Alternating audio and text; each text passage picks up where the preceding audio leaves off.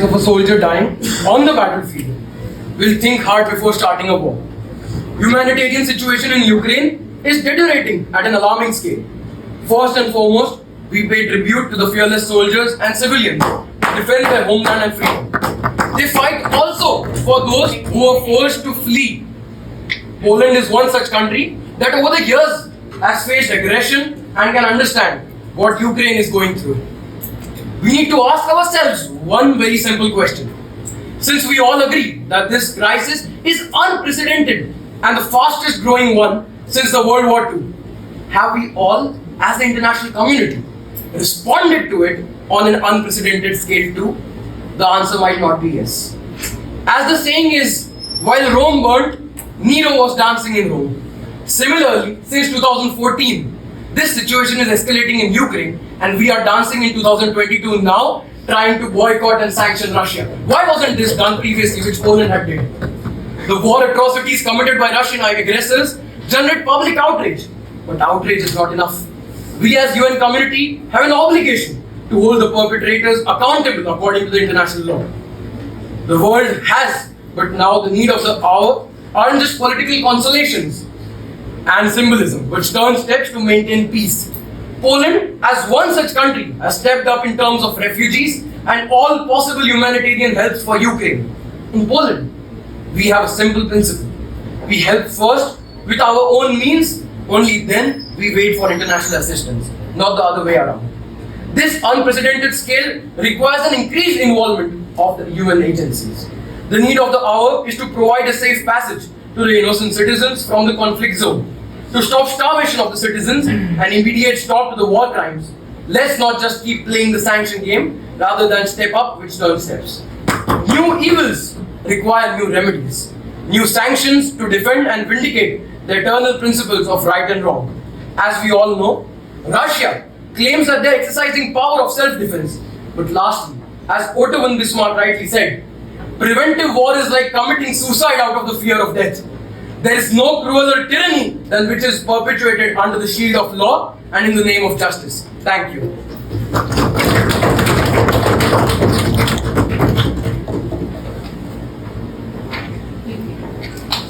Thank you, Chair, for the recognition, and good morning, all the delegates.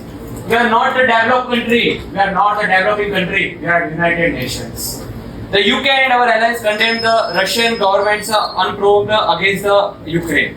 The UK and international partners are united in support of Ukraine. The UK government is providing a range of economic, humanitarian, and defensive military assistance to Ukraine. We are not just talking; we are also doing. What we are doing must listen. Providing humanitarian aid to vital medical supplies and other help. We have committed 400 million of medical aid. We have given 220 million pounds for humanitarian assistance, and we have also given 25 million pounds to the Ukraine government for the disaster emergency committee that was been established during this war.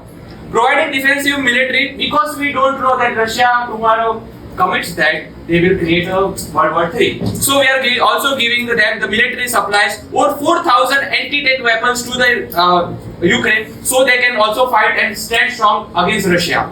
Changing the immigration system to support British nationals as well as the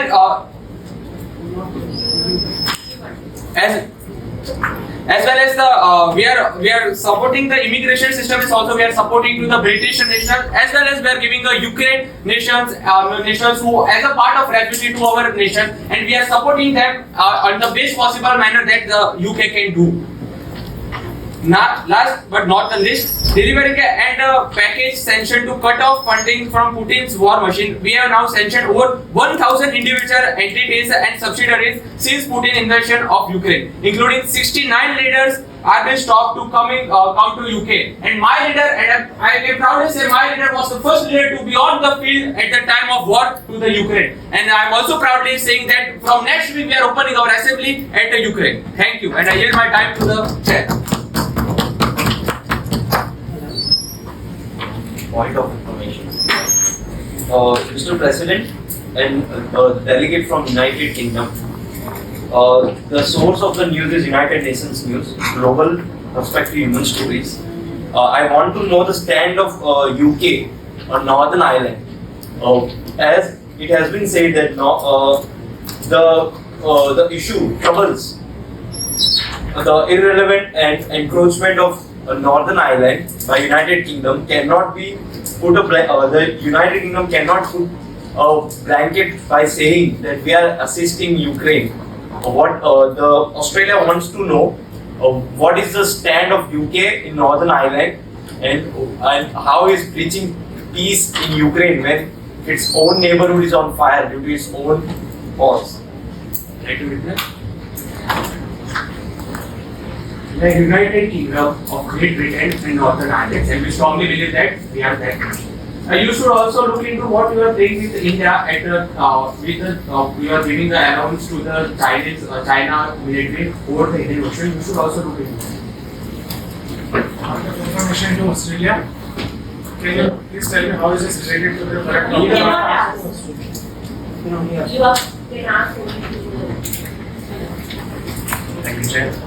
I'm glad with the change of heart the UK has had. Probably it is the effect of UK's PM's recent visit to Sabarmati Ashram. Mahatma Gandhi's abode. The biggest Right to reply, if you can't non-violence. talk on the current topic, please be on the topic that we are using. Okay, moving on. Yeah. Okay. Considering it is the same UK which went to war with Iraq in 2003 in search of a non-existent weapons of mass destruction, despite clear evidence of the contrary from IAEA.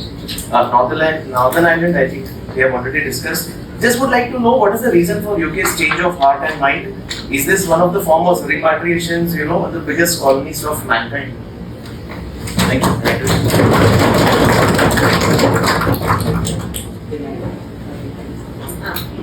Yes, Aniket. Cuba as a country has a very clear stand. All the countries here are busy in taking out each other's past and to in some or other way justify what is going on, either in support of NATO or either in support of Russia.